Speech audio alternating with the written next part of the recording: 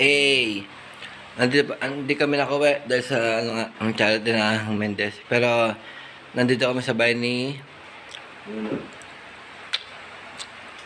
ayun pa yung meron ng bahay si Pinuno. Ayun, ang tawag sa kanila Pinuno dito sa Mendez. Pero respeto lang din.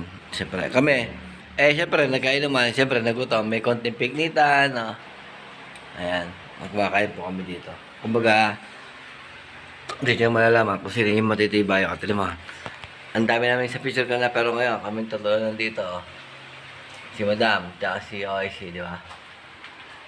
Umayos ka naman, parang ka naman tanga, nagbabalag ako eh. Ay mo tanga yan. Nagbabalag mo yung tao.